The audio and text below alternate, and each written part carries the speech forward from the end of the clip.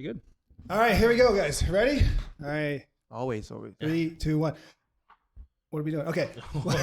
You don't have to count. You don't have to count down. You don't have to count. Okay. You just go. All right.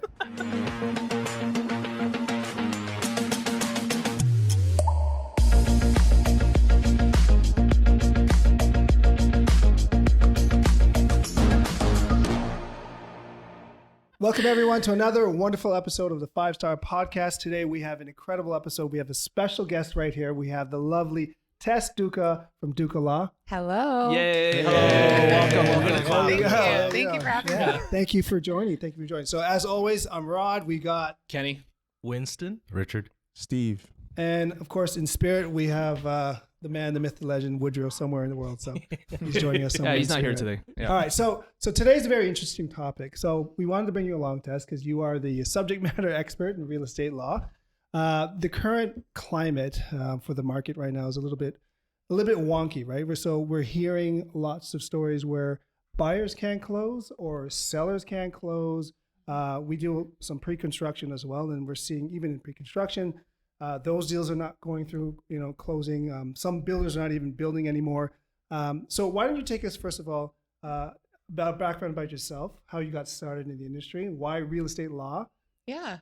I mean, growing up, I did a lot of summer jobs and things like that, kind of in the mortgage and real estate industry. I don't know why. It was just kind of led me that way. And I really enjoyed it. I went to law school. I kind of, throughout law school, knew that I wanted to have my own firm. That was like a big dream of mine. And it just seemed to pair so well with real estate law. So graduated law school, ended up opening my own firm, and then here we are, and I love what I do. Congratulations. Yeah. Great job. Thank Great How many you. years job. is that now? That's it. 4-ish years. Yeah. Nice. Okay. Yeah. Where are you guys located? You guys downtown? or- So it's just me right Okay, now. yeah, yeah. So it kind of just follows me wherever I go. So I was Okay. in Newmarket. And then I've recently moved to the city. So it's kind of a Newmarket downtown Toronto hybrid, but I do everything virtually. So I have clients all over Ontario. It's great. Yeah. So why don't we start from the beginning? So what does a real estate lawyer do once that APS is signed, right? Yeah. Buyers- equaling agreement of purchase and sale. So the buyers are very, very excited. They sign the first APS, Yeah. and then they're told the next step is to get a lawyer. Okay. Yeah. So what happens at that point when the APS is given to you from the buyer? Yeah. So from the buyer, if they're getting a mortgage, usually I ask that they let their mortgage agent or broker know my information. I usually get instructions from their mortgage lender.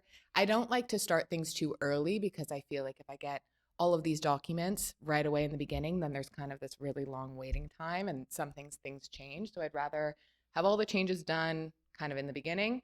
I let my buyers know kind of when I'll be reaching out to them, and then I kind of align it with when their mortgage stuff is happening. If they aren't getting a mortgage, then it's kind of free for all. Like, ask them for a bunch of documents. Usually it's really standard things like IDs, really just ID if you're not getting a mortgage. We do our signing meeting. I do everything through Zoom and DocuSign.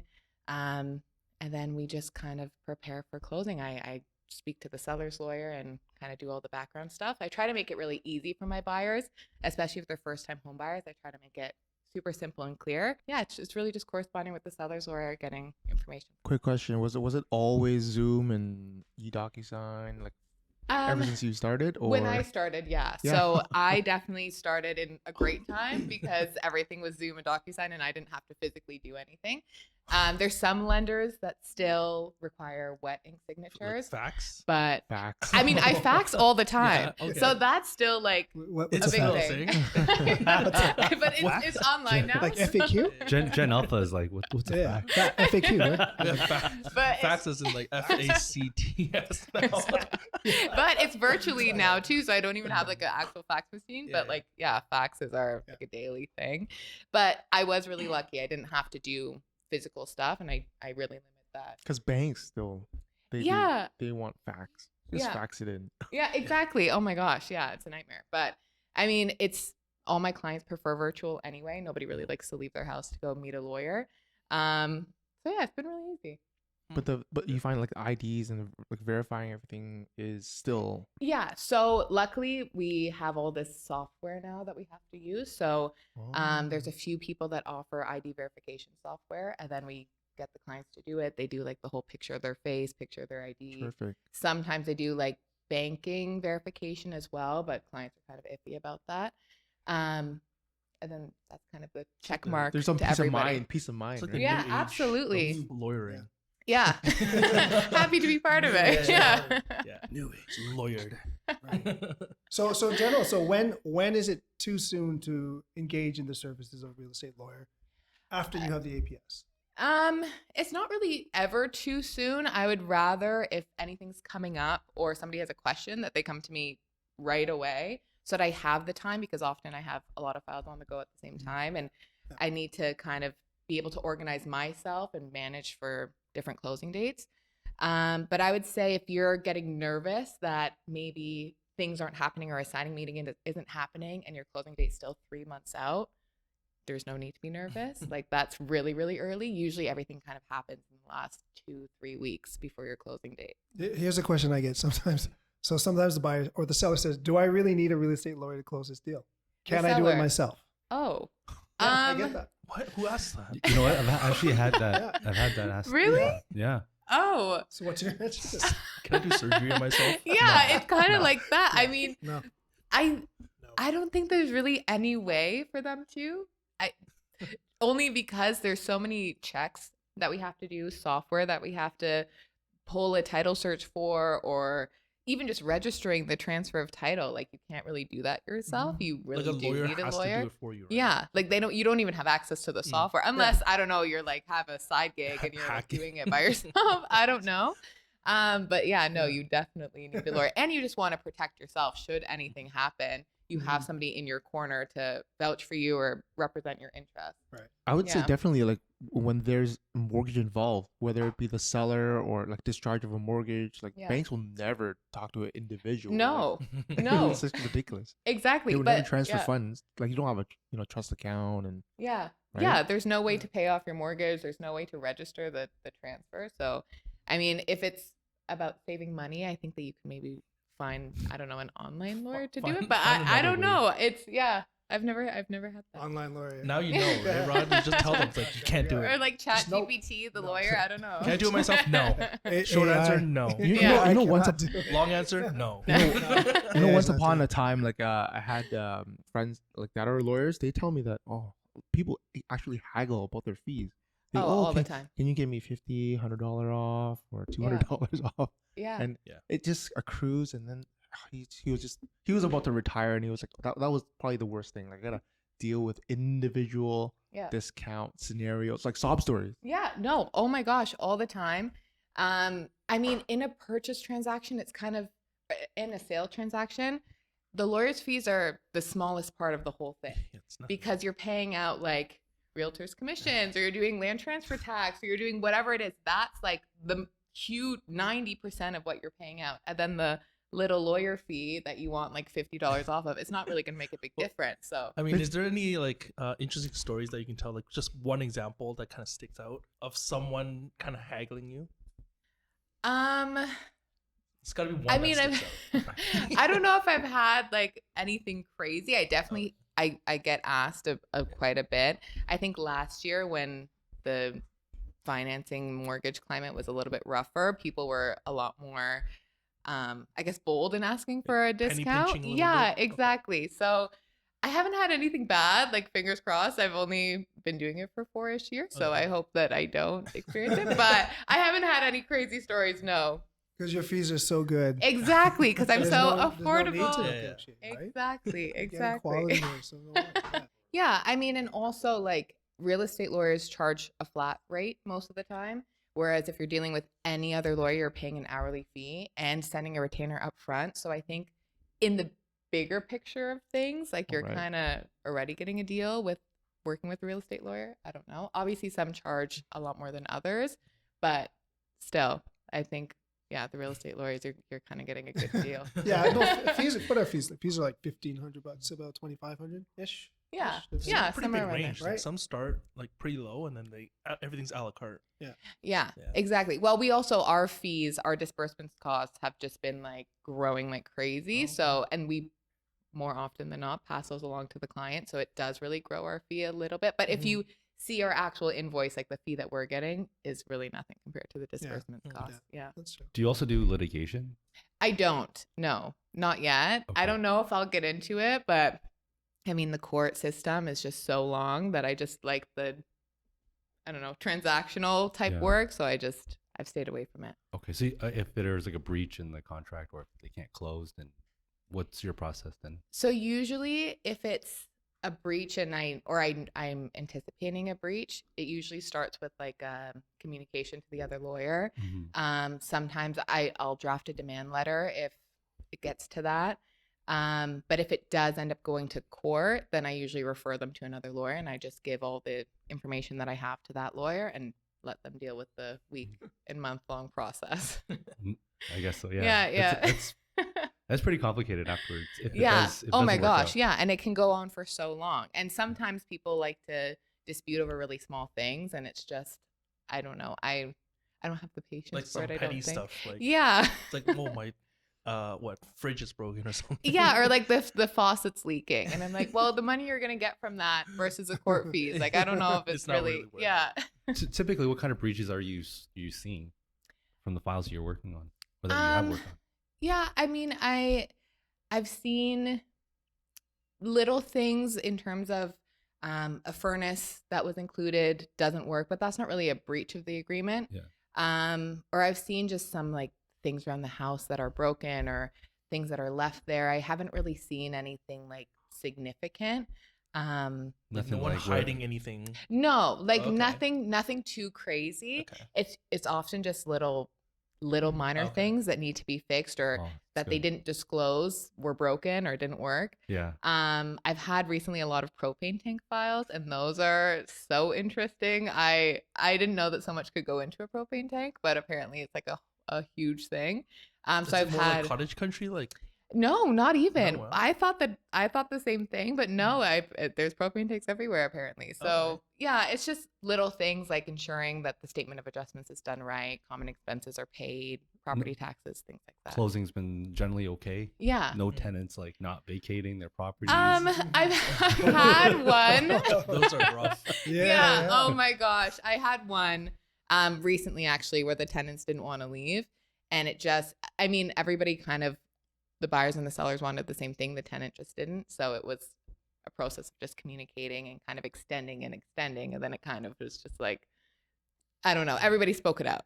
So Right. yeah, it ended up being okay. But that was like, that went from a 30-day close to like a 6-month in the future close. Wow. Yeah. Wow. So Yeah. what ended up happening? Like, I mean, what happened? 36. Someone had I to pay him mean, out, or No, so the tenants had known the landlords for quite a few years, and they just didn't. They thought that it was kind of sprung on them that the property was being sold, and they were getting new landlords. So it just ended up being the landlords having to speak to their tenants. I don't know if maybe they gave them some like gifts or some incentive. I don't know, something done, but they ended up after 6 months saying, "Okay, yeah, we're fine." And I think they met the new landlords or something, and anyway, I don't know, Yeah. but it ended up being okay. Maybe they negotiated some rent, something. But thankfully, yeah, it ended up. What being are fine. appraisals? Like, have you seen a lot of houses coming under Yes. the Yeah. negotiated price? I've seen. I haven't dealt with it specifically, but I've seen it happen, and then it kind of derail the purchase, and then they kind of have to wait a little bit or try to find a different property. So thankfully, it hasn't led to like a breach of the agreement because they've caught it kind of early, and they have that mortgage financing condition in there, and so it's kind of they're dealing with it at the beginning. But I've seen a lot of purchase agreements have to end or have to be put on pause because the appraisal came in so low. Mhm. So yeah, and then that kind of you're dealing with people who now can't buy the property that they wanted to. the main topic today, we're kind of talking about what's happening with the market. We see a lot of issues with people that, like, not being able to close and all that. Now, like, I mean, us as realtors, we see that all the time. We hear about it. We hear from like mortgage people, and they're like, "Oh yeah, market's dead." Yeah. We're feeling it. Market's kind of dead. What do you guys see from lawyer standpoint? Like, we all know what our answer is, but Yeah. what do you see? Do you still see a lot of closings going on? Has this died down a little bit? Yeah, I mean, it definitely has slowed a lot. There were busy times. I would say last year, my busiest like area was private mortgages, second mortgages, things like that, so that people could afford their first one. Since then, it definitely has died down a lot, just compared to when I first started. I mean, it's still pretty consistent, but it's not anywhere close to what it was. I'm hoping that maybe with how things are changing, it kind of picks up again. But yeah, it's hard because of that COVID bubble where everything was being sold and bought at these like astronomical prices, and then now they're kind of like, well, you overvalued by 300,000, and it's kind of like, Yeah. oh, okay, so I'm gonna stay here for the next 5 years and Right. actually not sell my house. So Actually, speaking on that, Yeah. are you seeing a lot more like default files? I've seen a few people kind of approach that I guess mark, but not fully default, because when I tell them kind of what their options are and essentially tell them like you're going to be paying a lot of money if you do default in this agreement, then they end up just kind of sticking with it because they'd rather that. So I haven't seen a lot of full defaults, but definitely reaching that point. What options do they have if that's the case? So as a buyer, I think first, if you think that you're going to default in the agreement, it's best to just let somebody know right away, whether that's your mortgage broker or your agent or your lawyer, to just kind of bring that conversation up right away, because the earlier that you know, the easier it will be to kind of reach out to the seller, or for the buyer's lawyer to reach out to the seller's lawyer and say, this is where we're at right now. What are our options? Depending on, I guess, both sides. Sometimes the seller's willing to offer you an extension, so that you don't have to close on that date and you do have extra time to possibly get more financing. Worst case scenario, I mean, absolute worst case scenario, if the courts are involved, then they might order that you comply with the agreement of purchase and sale and go through with it. Sometimes you'll lose your deposit. Most times you'll lose your deposit. Sometimes you'll get charged extra damages if the seller has to quickly sell to somebody else and they end up losing money. If they have interest on their outstanding mortgage that they were going to pay out. So they have the option to pass those costs along to you. There are quite a few things, but ultimately the earlier you know, the better. And most of the time the seller wants to close too, and they would rather just push it a little bit versus being like, okay, now I have to relist my house again. So what if the buyer, the seller has bought in their house and they needed the closing funds to close on their new house? How does that? The domino effect, right? It's the domino effect, absolutely. I mean, that's obviously like the worst case scenario, like the most difficult situation. It's expensive. Yeah, it's crazy. Depending on the value of the home, and kind of the complexity of the situation, that might end up in a court situation where you would be ordered specific performance, which is just you have to do it. The damages for something like that would be crazy. The costs associated. I can't even imagine. Oh my gosh! I mean, The first buyer's just in for a ride. That one ripple honestly. to the next, to the next, to the next. I mean, I always recommend that people don't buy and close on the same day. No. Just because, like, not only are you open to a situation like that, but it also is kind of like a nightmare for the lawyer dealing with the buy and close on the same day, because there's so many moving parts and the money is moving to so many different people that, God forbid, there's a delay somewhere. Everybody's like on the edge of their seats, sweating, like don't know if they're going to close. So I always recommend at least leave a day. Wow. Yeah. For sure. Because from our standpoint, we're just kind of waiting to hear from you guys. Yeah. The buyer's It was just like, closed And for us, it's like, stuff. oh, we're done. Yeah. Our hands are Well, done. there's actually nothing Yeah. that we can do, No. or even to alleviate like the buyer's anxious No. behavior Yeah. and all that. We're like, okay, Call your lawyer. just call Yeah. your lawyer. That's what we And said. then we Yeah, just pass Call the ball. Tess. We just Yeah. I don't pass know. on the ball. Call her. So why is it 5 o'clock? Why is it always at 5 o'clock? It seems like it's always 5 o'clock, right? It Right is there. these There's your days. keys. These days it's always later. I wish, like, I am the first person to wish that the transaction would close at 9 a.m. It would make my life so much easier. But Rod, it's not It's- procrastination. It's not. no, I it's know not you're me thinking just that. like flipping pancakes, That's what you're waiting. thinking. That's what you're thinking. It's really the moving of the money. So the banks have introduced all these new policies now, where we're not allowed. It seems everything's getting held. So we used to be able to do certified checks and direct deposits into another lawyer's trust account. That now it's being held for 5 business days. So you have to wire, but then the wires will take 4 to 5 hours to land, and then potentially like 7 or 8 hours to land. So, and then you're waiting for money from, if you're getting a mortgage, you're waiting for money from the mortgage lender. That also is wired to your account. Takes 4 hours to land. Now you're at like noon, 1.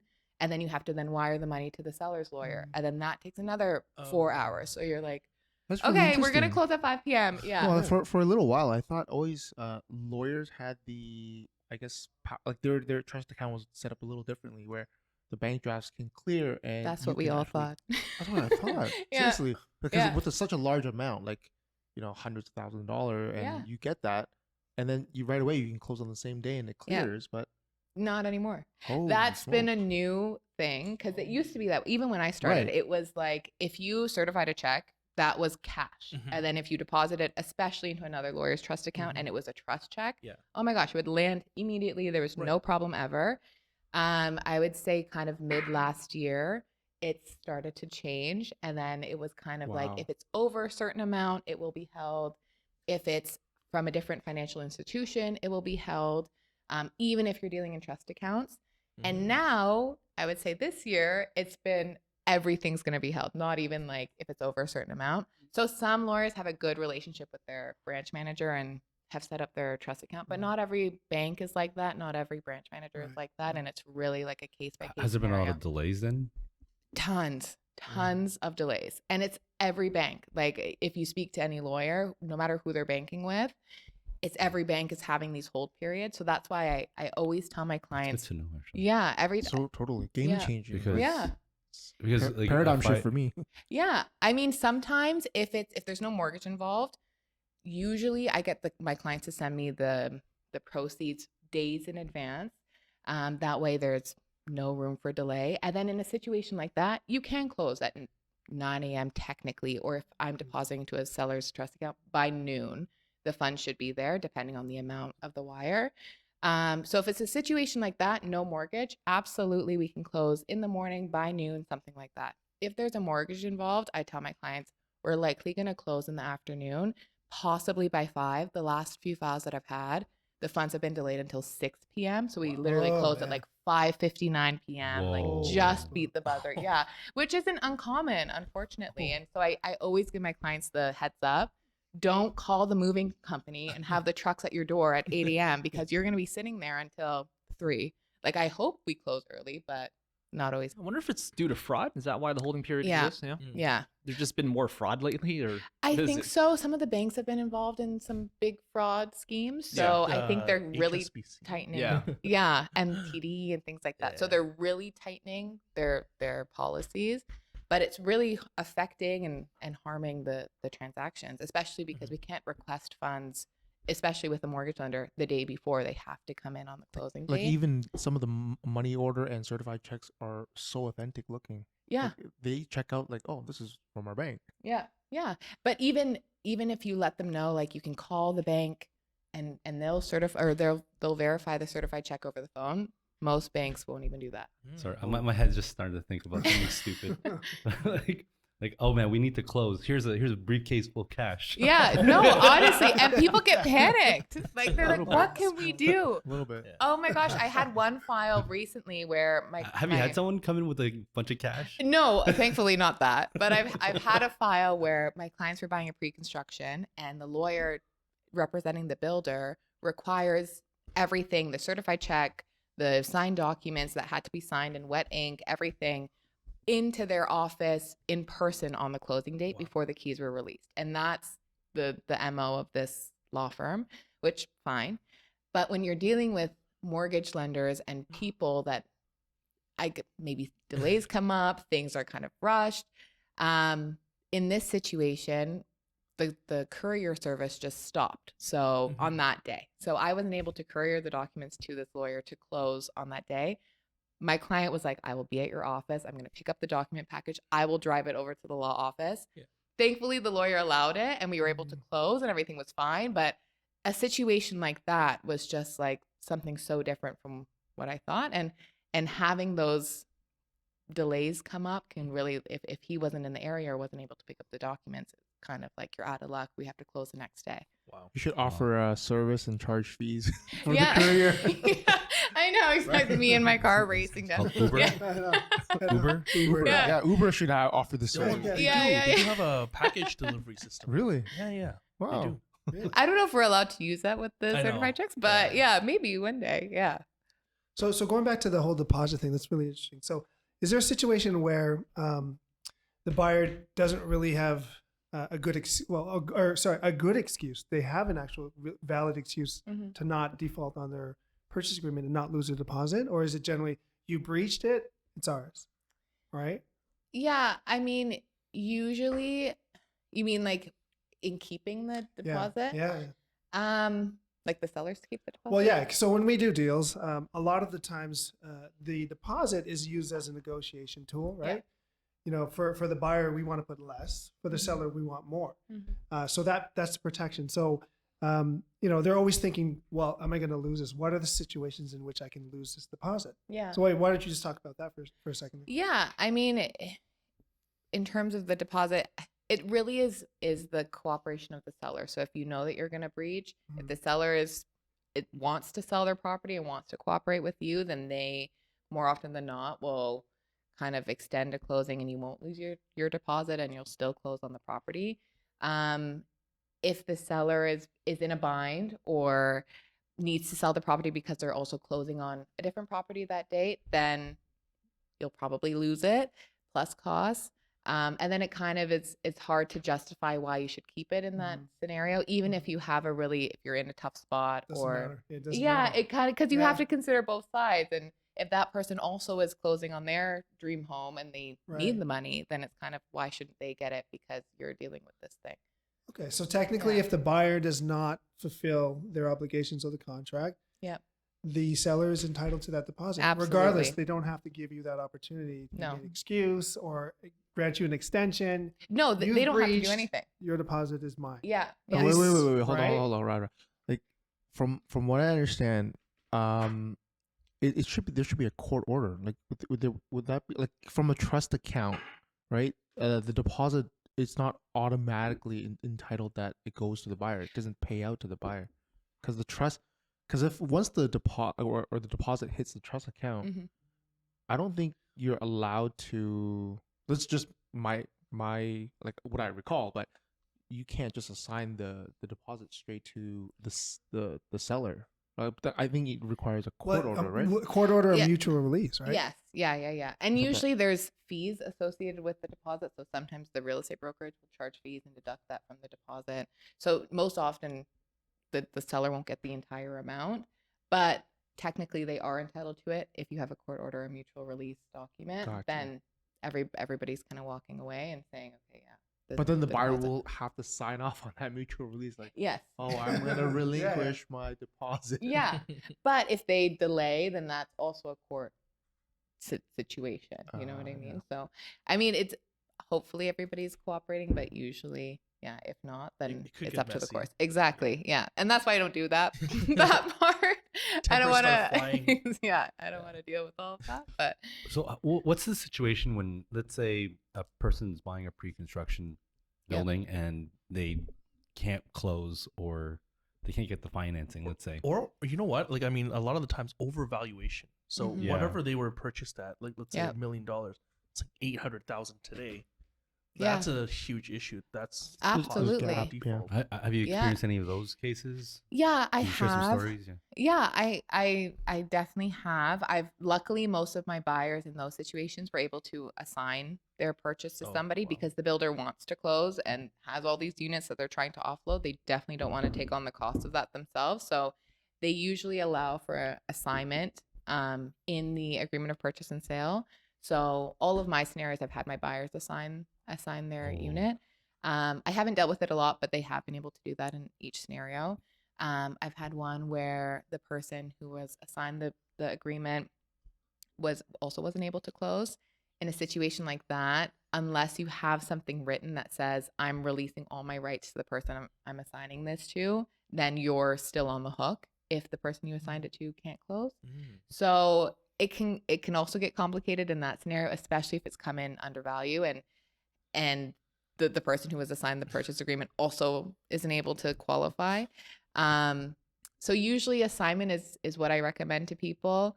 If they can't do that, then builder costs unfortunately are very high, and if they attribute any of their damage costs to you, those are like very high compared to just a regular average seller. I'm gonna assume the builders have less sympathy towards Absolutely. builders. Yeah, Absolutely. And their team of like big lawyers. Yeah. I don't want to fight them. Yeah. And that's the thing. Their agreement of purchase and sale contracts are like lock solid. Yeah. Oh my gosh. It's there. Reading those agreements is like a few days. Like it's just everything that they cover themselves for, they are just fully protected. So if you end up breaching, the penalty is just crazy. Yeah. Is there? I mean, the builder obviously doesn't want you to not close on your property. Yeah. Do they have any leniency? Do you negotiate with them on maybe Yeah. trying to adjust the price a little bit or do something to help Yeah. the buyer close? Adjusting the price, I haven't seen. Some people will suggest it or ask for it, but oftentimes the builder says no, unless of course it has come in so undervalued, and then it kind of is like you're making all this profit on something that's not even worth what you're selling it for. Mhm. But that would be a really a really significant difference for that to be an option. Mhm. Oftentimes the builder will offer an extension of a few days or a few weeks or a few months, because ultimately they do just want to kind of offload all these units at the same time because they have so many things they need to tie up on their end. So I think extension is usually what they offer, or assignment, like I said. Yeah. But these offers always come with a fee. Yes. Oh my gosh. Their lawyer fees and the interest charges and occupancy fees, like everything. They're So- flexible, It's like, but here's they're your a option, business. but it'll yeah, cost you this flexible much. at a cost. Yeah, At a cost. exactly. Yeah.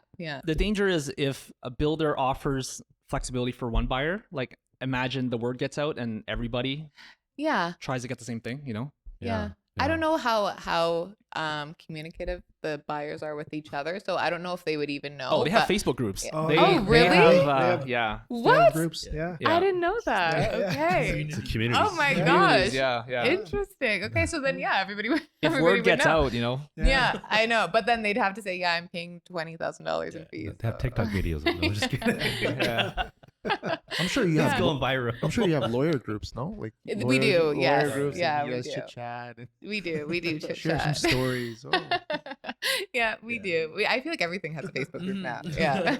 The thing that you were saying, like, oh, you usually just recommend assigning it, but Yeah. that's the hard part. Yeah. Like, we have to, Yeah. This is a market where it's we gotta really find tough the to sell. buyer Yeah. that's willing Yeah. to pay that inflated price Right. to Yeah, buy yeah. it. And in this market too, like it's really I tough know. to find assignment sales. Yeah. Well, trying I mean, to complete trying to assignments. assignment buyer. Exactly, trying to find a buyer for the assignment. Yeah. Right. There's Yeah. so many assignments that Even Yes. if you were to delay the actual deposits and everything else, like all the cash Yeah.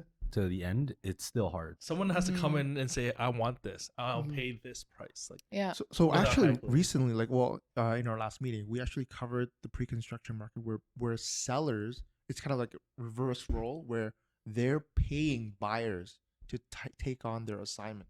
They're assigning their fee, like all their deposits, plus paying you a fee just to get out of Wow. their scenario. Oh, wow. They oh, can't we've seen close. those What? before. Say it again. So the I've never seller seen is them. paying like an incentive fee for a buyer to just come sign on Well, I to mean, their deal.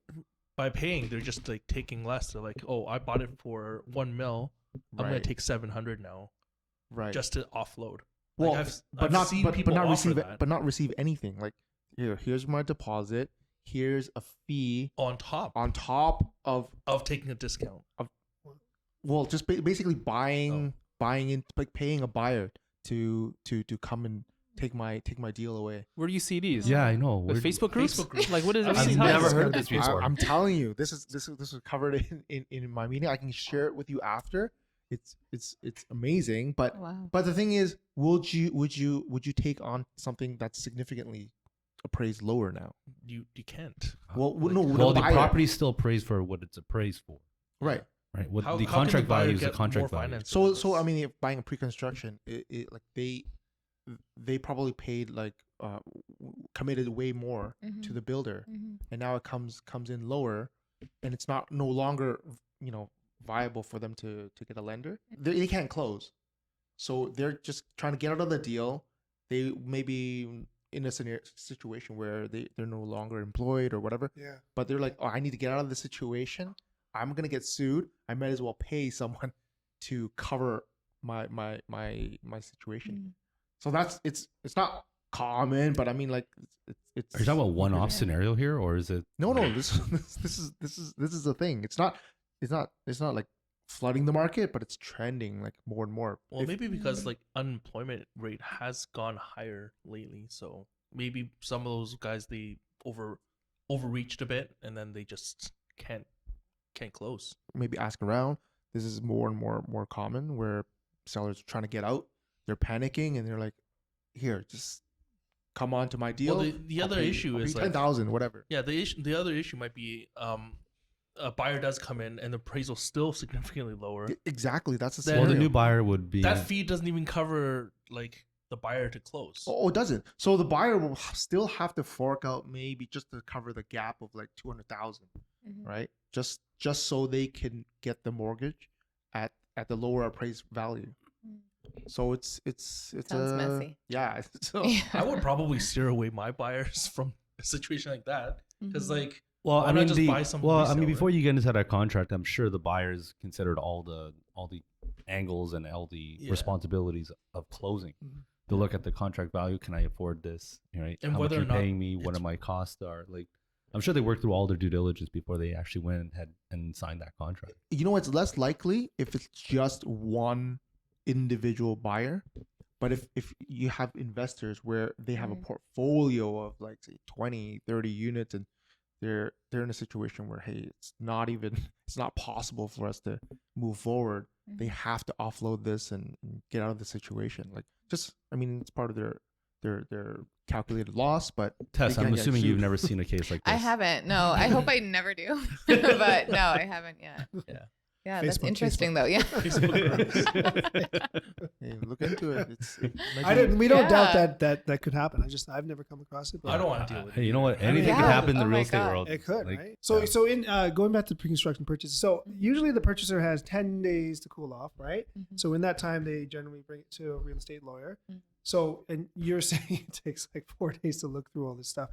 Those are pretty set standard clauses that the builder doesn't negotiate on, right? Yeah. So the buyer couldn't go to you and say, hey, listen, I don't like this clause. Is there any way we can change that? Yeah. No, They nothing. won't sign off. on They it. won't sign no. off. So Yeah. it's set in stone. It's kind of like you're just taking everything. And I mean, So most fine. of the contracts are, like you said, Yeah. they're all pretty general. Yeah. So once you read one, you've kind of read them all. So yeah. most of the time, the builder is just fully protected, has nothing that can go against them, and then the purchaser has to sign. have you seen a lot of pre-construction contracts on your desk these days? Not so much now. I would say last year and the year before, I saw a lot. I have some that are coming up that are closing in 2026. Okay. But so far this year, I think I've only had like a handful. Hey, Yeah. quick question. Between the pre-construction contracts, the differences, can you speak between the high-rise and the low-rise, like freehold? Yeah, I mean, most of it is pretty standard and the same, whether it's a high rise or a low rise, or a freehold. The contracts are often bigger in a high rise because they include everything for every unit, and then they detail like the common expenses for every unit, and then the pictures and the whatever. So it can get really long with a lot of stuff that doesn't actually apply to your client. Whereas for a freeholder or even like a townhouse condo, something like that, the agreement is much smaller. But in terms of the liabilities, it's almost identical. Yeah. Mm. I don't know if it's changed or not, but I recall the cooling period only applies to condos. Yeah, not Like, freehold, there's right? not freehold. Not No, freehold. not freehold. Like Yeah, once you it's sign 10 days. on, it's like, oh, you're locked in. Yeah, I mean, unless you have. No, I've heard of 10-day cooling periods for a freehold. Really? Yeah, I think I that's think- rare It's rare. Yeah. that they offer it. Yeah. I've had a friend that backed out of his own contract. And he bought a multi-million-dollar house, and he just like, Well, there were a lot of issues. Like I don't want to name any projects, but people would line up, and then when they buy it, they're like, once you sign this, this That's is it. it. That's it. You're done. Like there is Yeah. no rescission period. I think it's Really? only if Yeah, it's well. offered specifically, explicitly offered by the builder. Like that 10-day cooling period is offered by this freehold builder. They're just being nice. They're just being nice. Yeah. As an incentive for As them an to, incentive. to buy like their just project. sign here, 'Cause just sign here. What it was before, when you're lining up, like a couple of years ago, when it was like really hot and people were just lining up and they're just like, I want this one and here's a deposit, done. Like you walk out and you bought it. So, Actually, you know what? Our group has recently dealt with a case. Actually, Steve, you can probably talk a little bit more about this. But we've had one of our buyers for our pre-construction project that we're promoting. Mm-hmm. Like halfway through, he was almost not able to pay his one of his deposits. Oh, Have you ever experienced what's the process? Or I mean, is there anything that changes in that scenario? Or I haven't had somebody not be able to do that, but I think if they weren't able to, then it's a conversation with the builder's lawyer or the builder themselves to ask for maybe a extension. Or you would just need to get kind of like a loan or borrow against your line of credit, something like that, because they are pretty strict about those things, and they do use that money for their own purposes, they're counting on it kind of from all the units. So they have reasons why they've set those specific dates and to lock people into agreement. So I think that's just a conversation of, could we delay it maybe a week, maybe take out a line of credit, something like that. Yeah. fees, right? Yeah. Well, I mean, yeah. In terms of that scenario, not naming projects or names or anything, but when you request for extensions, that's exactly what happened, by the way. But if they're asking for 6 months to a year, like most builders would not go for it or even entertain it, because Yeah, no. like they have certain milestones for the construction financing for their lenders.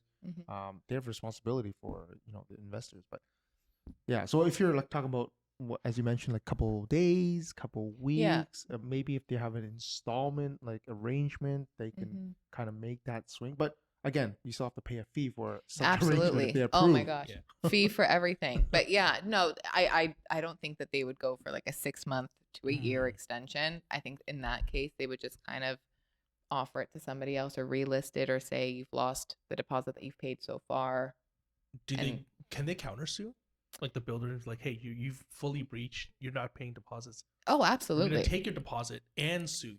They Yeah, can do that, right? absolutely, because then they've lost out on potentially another buyer. If it's hard for them to find somebody in the 11th hour who doesn't want to take the unit, then they can sue for costs, all of that stuff. They'll So definitely. it's something you would want to avoid. well, the problem is that when you have projects like these, pre-construction projects, you buy them 4 years, 5 years out, or 3 years, 3.5 years, or whatever. And everything's good when you purchase it, but then say year 2. I mean, right now our economy is in a really weird state, and people are losing their jobs, and now they can't afford to put these deposits down. Yeah. Right now they're sort of like, okay, shit, what am I supposed to do? Yeah. Yeah, drain all your savings. Once upon a Yeah. time, in the craziest time, where you can buy it and then flip it 6 months, just assign it to someone and with the for profit, and you'd be out. You don't have to worry about the mortgage. There was a time, once upon a time. So yeah, I mean, Fairy that's, tale I mean, now. now it's not. Unfortunately, that's I wish not that was the reality case, today, man. The case unfortunately. today is that trying to sell that contract is really hard, Yeah. especially for the contract value. You're definitely not getting contract value today. So we are coming up on time, but actually, Tess, aside from being a superstar lawyer, what do you do for fun? What does Tess do in her What spare do I time? do? Oh my Let me gosh. guess, pickleball. No, I haven't hopped on that I yet. got into that recently. But did you? Is it Pickleball's incredible. Is okay? it? Okay. Okay, I maybe get I it. need I to get it try now. that. Add that to my hobbies. Do you like donuts? I'm just That's Gaffy. That's Yeah. She knows all the amazing spots, though. She's good. No, we're just joking. We're But just she's sorry. good. Sorry. No, what Yeah. does Tess No. do? What does Tess do? What does Tess like? Oh my gosh, I don't know. I work all the time, so I would say maybe because I just moved to the city, kind of just going out, exploring my area. How about favorite cuisine? Favorite cuisine or places to hang? I don't. Tess likes Italian food, just letting you know. I like She's everything. single Or Italian. She likes Single and available. Yeah, single and available I said Italian. Italian food. Yeah. Yeah, no, I like everything. I feel like my days are so packed with just because I am growing my business, focus on that, and then moving. That yeah, I don't know. I'm in the market for hobbies. So maybe I'll try pickleball. There it is. Running clubs there. Yeah. There it is. All right. So any final thoughts? Opening up to the floor. Any final thoughts, guys? No, thank you. Ladies? Thank No, you that for was great. coming. That was Yeah. Thank you very for having informative. me. Yeah, absolutely. Thanks for coming. We Thank always you, wondered sir. what happens behind the scenes, so thank Yeah. you for explaining. Because all that. usually we Yeah, just of pass the ball course. on to you guys and we're like, we're done. Yeah. Yeah. it's Yeah. amazing. Yeah. So how can people reach you? If you want to just quickly mention, like, what's the best way, like your Instagram or website? Yeah. Or So it's just Dookwah Law on my website. DUCA? No, DOOKWAH Okay, law.com is my website. You Mhm. can search me up, Tess Dookwah. You can look me on Instagram. I have my Dookwah.law because Dookwah Law was taken.